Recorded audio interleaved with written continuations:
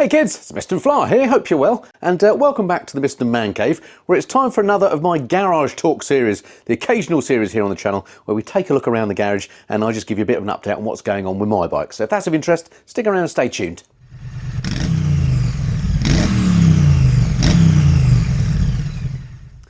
So, talking about being back in the Mr. Man Cave, there have been a couple of upgrades to the garage actually. A few eagle-eyed ones amongst you in the last Garage Talk spotted that I had a leak in the ceiling, would you believe? You guys miss absolutely nothing, so top marks to you that noticed that. It was up there. I've now had that fixed, I don't know if you can see, but it turned out it was a leaky ridge tile we got replaced, and then I had to repaint the ceiling there. So you'll be glad to know we've no longer got a leaky ceiling. And then the other thing that's improved is the lighting in here slightly, in that one of the lights was out, which is this LED strip here, replaced that as well. So hopefully there's going to be a bit of better lighting in here going forward. All right. Oh, and the other thing is I did have a bit of a tidy up as well. So again, those of you that love spotting the domestic items out and about in my garage, some of them may have moved. So you can have some fun spotting the difference there. All right. That's enough of that. Let's get on to the bikes.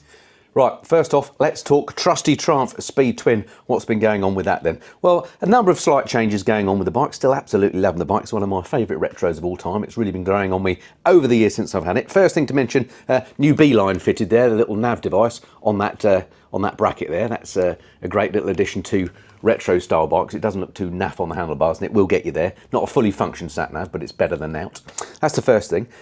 Next thing, I've got some new tyres ordered. I've got some Michelin Road 6s on the way. They're not on yet, but they will be coming by the time of the next Garage Talk. As will new suspension. I've got some Öhlins rear TTX shocks ordered. I've just seen on email today actually that they're out for delivery. So it's a shame that it wasn't quite on time. But once I get the tyres in and those shocks, I'll pop down to Nigel, get him to install the shocks this time. I think that's probably a wise idea. And so the next time you see the bike, it'll have some fancy suspension. The other thing you may notice about the bike is I've taken off those rear luggage racks. Remember I had the Hepco and Becker racks on here? Well, I decided to take them off because number one, they're very easy to take off. It's literally just the one bolt and a bolt at the back here. So they're very easy to remove. And I thought for the number of times that I actually use them, or you know, if I'm going on tour or want to actually carry stuff on this bike, which is very rare, if I do need to do that, I'll just bolt them back on and put them on again. So I've not got rid of them altogether, but those particular brackets I didn't think looked as good as, for example, the brackets I've got on the Kawasaki, which we'll have a look at in a minute. So those came off, so it just cleaned the back of the bike up. So that's that. And that's pretty much all there is to report on the Triumph. The only other thing to say is, I think I mentioned last time that I'd caught my finger in the chain when I was, and the sprocket when I was cleaning it last time. What a klutz. Well, just to report, do you believe my finger is still numb? I don't think I'm ever getting the feeling back in that one. All right, before we move on to the next bike, let's just have this quick word from our sponsors. Oh, cool looking bike, man. Wow, so expensive though. If only there was a way I could find out more about the machine so I knew I wasn't buying a dud. Are you thinking about buying a second-hand motorbike? Are you worried about splashing out your hard-earned cash on a donkey? I am. Would you like a service that could tell you whether that dream bike has been clocked, crashed, stolen, or otherwise? I'd absolutely love it. Well then, you need Car Vertical. So, you may have heard of Car Vertical from other YouTube channels or elsewhere, but did you know it doesn't just protect you when you buy a new car, but motorcycles too? Let me show you how. Okay, so let me show you how this works using my iPhone, because that way I can show you exactly what I'm looking at on the screen. So let me pull up a report. So I was interested in buying a BMW.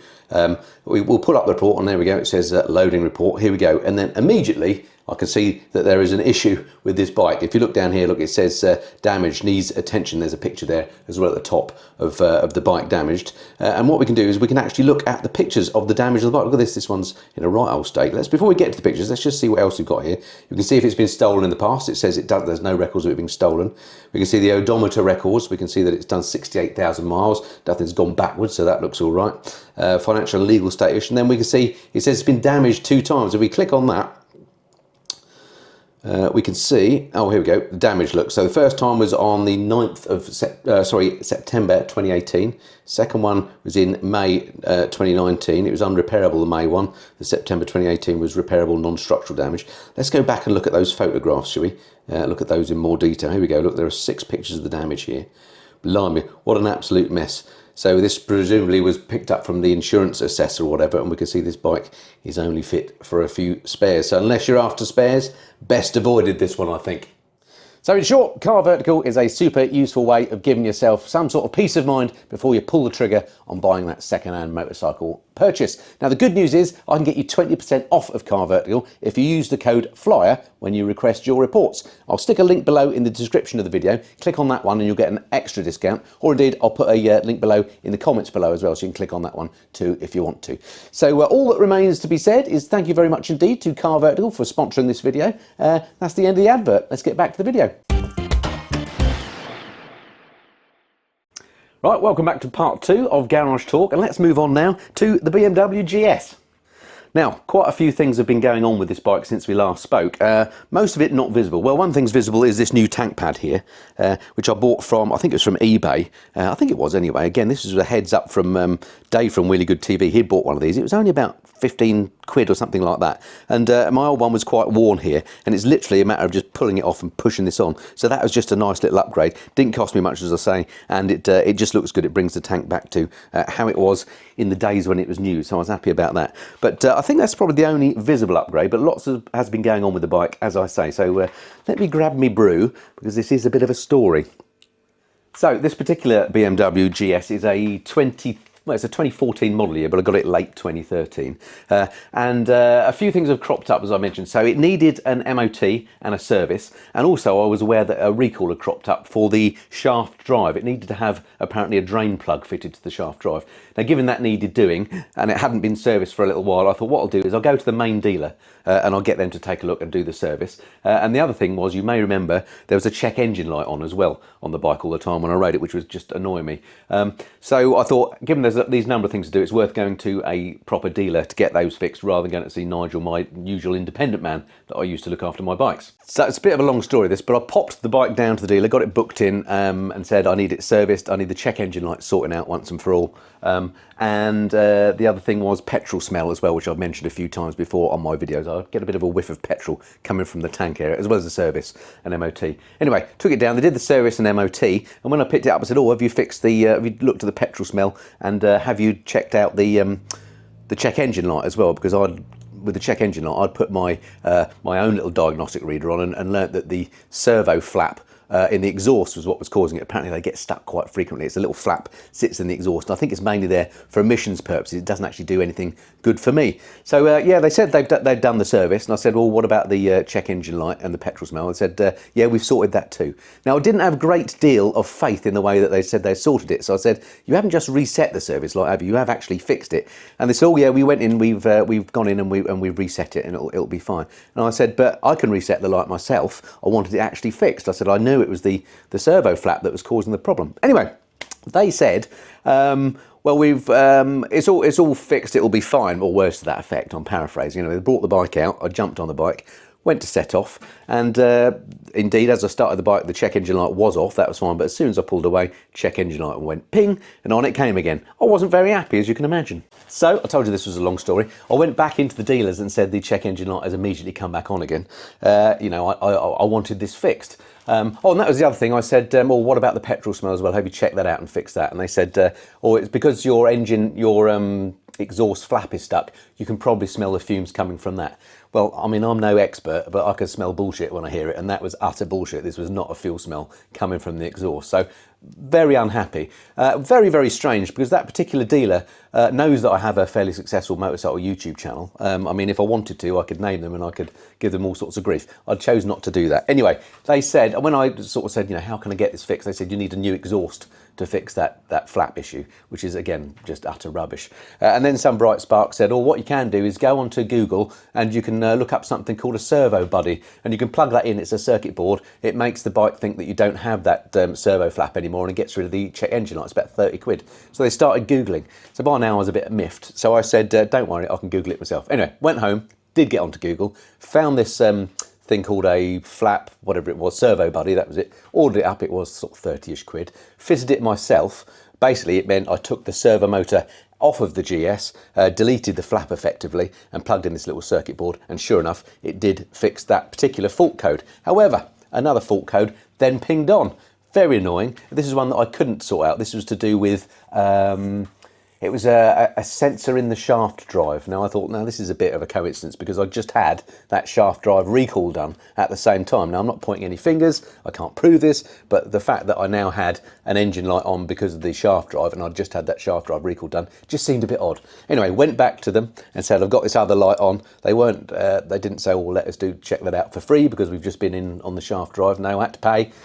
They went in and they said it was a shaft drive sensor that had failed. So they replaced that. And I also asked them to have another look at the petrol smell, which they did. And I insisted because I said, look, last time you didn't look at it properly, you just fobbed me off. This time I probably wouldn't have looked at it. Anyway, they got presumably a better technician on it, lifted the tank off. And what they found was there's a gap on the top of the fuel tank in the GS. There was a little gap formed between where the fuel cap goes on and the little spout that actually connects to it. And they reckon that was due to me using E10 petrol with 10% ethanol in the bike, and that had warped the fuel tank. Now again, I don't know if that's true or not. They did show me pictures of it, so there was definitely a gap. I get that. But whether it's caused by E10, I don't know. I actually run all my bikes on E5, so that's quite interesting. But anyway, that was the petrol smell. There's not really a fix for that. I know it's safe. It's not going to cause any issues, and I know where that whiff is now coming from. So at least I got to the bottom of that one. So at the end of all that saga, sorry it was a long story, but I thought I'd fill you in on the details. It turns out now I don't have any check engine lights on. It's all been fixed. It was a sensor in the shaft drive. That's done. I do still have a slight whiff of petrol, but it's not a safety issue. And I've now deleted the servo flap, so I've lost a little bit of weight there. So the GS is running absolutely lovely now. I have been out on it. You haven't seen it much on the videos, of course, but I will be no doubt showing it soon on a video coming soon, because I do still love this bike, and you know, it doesn't owe me anything. I don't owe, you know, I don't owe any outstanding finance or anything like that on it, and it is running sweet as you like. So yeah, loving the GS, but yeah, a bit of hassle with it between now and the last garage talk. All right, let's move on to something a bit happier. Right, onto my Kawasaki Z900 RS then. Quite a few changes here since we last spoke. First one, do you remember I installed the SW Motec panniers on here, which I thought looked pretty good. And on this side, the exhaust side, I had this bag here, which sits on there like that, to clear the exhaust. And loads of people said to me, actually, you can fit the bigger one on, and it's still no issue with the exhaust. So I got myself another bag from SW Motec. This is the bigger one, and as you can see, when it sits on there, it is indeed well clear of the exhaust. So now I've got a spare bag there, but I've got two of these larger bags that can fit on the side as panniers for if I want to go touring. So pretty pleased about that. They look good on the bike, and I don't think these brackets, unlike the ones on the Triumph, I don't think these look too bad. It looks quite neat on the bike still. So that's the first change. Right, next up on the Kawasaki, and I think I mentioned this already, got myself some new tyres fitted on the bike. I've gone for the Michelin Road 6s. I have these fitted on my GS, and I think they're absolutely amazing tyres. If you just want general on-road sort of sport touring tyres, I guess, these are the ones to go for. They've got these really interesting tread patterns in here. It gives you plenty of grip, but in the wet, these are designed to throw out more water as well. So yeah, really pleased with how they're going, and it just makes the bike actually handles better, which is why I'm interested in getting them on my Speed Twin as well. Speed Twin, yeah, that's it. So yeah, I'm really pleased with those tyres. So that's the first change. Next change, which is much more major, you might have seen a video on this. I've changed the header pipes on here. But on the video that I did showing these being changed, I never actually showed you what the header pipes look like afterwards. So let me see if I can get the camera down. There we go. That's them, and they're already starting to turn a bit of a goldy colour look, which I think looks really good. And it's really neatened up the underside of the bike. It's got rid of the big old exhaust gubbins, the catalytic converter and all that, and it's saved an awful lot of weight. So they're going really well. The exhaust sounds brilliant, and I think they look good too. It's not all been good on the Kawasaki though. I've had a couple of failed things too. I did try to put some paint protection film on the bike, because the paintwork on here, particularly on the back, on the tail end, is a bit susceptible to scratching. I bought some cheap stuff off of eBay. I shouldn't have bothered, because I just basically couldn't install it very well. It just didn't look good, so whipped that off. So that was a failure. So actually looking at my notes here of the stuff that I've done on each bike, the PPF film was the only failure on the bike. So otherwise, it's running great. I'm really loving it. I made a video where I mentioned I didn't think the bike had much character. Since I've added those exhaust headers, I've really been loving this bike. I'm completely gelling with it now, and I get what all the fuss was about. You ride it in the higher rev ranges. It's a bit of a hooligan bike. I think it looks absolutely cracking, and now it sounds cracking too. So the Kawasaki definitely stays. All right, what's next on the list? What haven't we covered? Well, I'm stood here actually and leaning on it. It's Mrs. Fly's Suzuki. Still got the bike. She's enjoying riding it. Nothing to report in terms of changes. We've not done anything to it. It's just a brilliant 125cc learner bike, and she's having a lot of fun on it. Oh, the only thing to mention on it, it did have its first MOT, and it passed with flying colours. Next up, my beautiful Goldwing DCT Tour. Nothing to report again on this in terms of changes. I just need to use the flipping thing basically. But the only thing to say about this is I did suffer my first drop of the bike. I mean, it was bound to happen at some point, wasn't it? I've had Goldwings now since 2020, so 4 years. This is my second Goldwing, and it's the first time I've ever dropped one. It was one of those bizarre situations. I was on the driveway, I'd reversed it out actually to do something else with some other bikes, and I sort of put it out. I was in a good spot. I just got off it, and down it went. I just failed to put the stand down. What was I thinking? I don't know what was going on. My mind was obviously elsewhere. Anyway, the bike went over on its side. And I thought, oh crikey, this is going to be expensive, it's going to be all scratched. But when I picked it up with the help of Mrs. Flyer, because at the time I was still suffering from the dodgy shoulder, which I still have by the way, but that's another story. We picked it up and there's absolutely no damage anywhere on the bike, not a bar end, not a scratch anywhere. And I'll show you for why. Now, I had heard in the past from a Goldwing dealer that Goldwings drop pretty well, and he had said to me that if you ever need to drop it, don't attempt to hold it up, just let it go, because they fall well. And I didn't realise what he meant by that. Well, what he meant was these things here, look, you've got these effectively crash bungs or protectors. So there's one there, and there's one here on the engine here. They're just plastic housings, about a tenner each to replace. Although I don't even need to do that, because even these aren't scratched. So when it went over, it literally just rested on these plastic bits, and did, as you can see, absolutely no damage to the bike. Absolutely brilliant. So chuffed about that. I thought, you know, when it was going down, I thought this is going to be an expensive drop, but not expensive at all. Didn't cost me a bean. Wasn't actually that hard to lift up. Only went over a short way. So if in the future I ever feel like the bike's going to go down and I'm on level ground, I mean, it'd be different if you're on cobbles or jagged earth or something, and then obviously you could scratch it, but just on flat tarmac, absolutely no damage at all. I shall just jump clear and let it go down and then pick it up again. So yeah, remarkable. Absolutely loving the Goldwing. I just need to get out and use it more, and I'll be doing much more of that very soon on the channel. And last but by no means least, the bike that causes me so much grief whenever I show it on the channel, my trusty Royal Enfield Interceptor custom bike. I get so much grief about me spending my own money on my own bike on this Royal Enfield. It's untrue. Just shows you that's the internet for you, isn't it? But I absolutely love it still. It's a great bike. It's full of character. I don't ride it maybe as much as my others, but I do love this green and gold paint scheme. It's exactly to my taste. That's why I did it like this. She's a keeper, and yeah, still loving it riding the Royal Enfield. Not got much more to say about it. I haven't made any further mods. There's always, you know, these sort of things are always projects ongoing, aren't there? There are some things I would maybe like to do, but no progress on that front for the time being. All right, so there we go. That's the update with what's been going on here in the Mr. Man Cave as far as my own bikes are concerned. A few little odds and ends going on. There's always something to do with bikes, isn't there? And I just enjoy spending time in here and sort of tinkering around. But yeah, I hope you found that of some interest. If you've got any words of advice for me, or you know, given everything we've talked about, do leave your comments below. I'll read every one. I'll try and respond to as many as I can. All right, that's it for this time. If you've not hit the subscribe button, by the way, do hit subscribe. I don't just do things here in the garage on the Mr. Flyer, but I also do bits and pieces about looking after your bike. I do bike reviews, I do monthly bike news, the odd live stream, you name it, I try and cover it here on the Mr. Flyer. It'd be great to have you along. All right, see you next time. Until then, this has been the Mr. Flyer. Cheerio. Hey kids, we're the Mr. Flyers.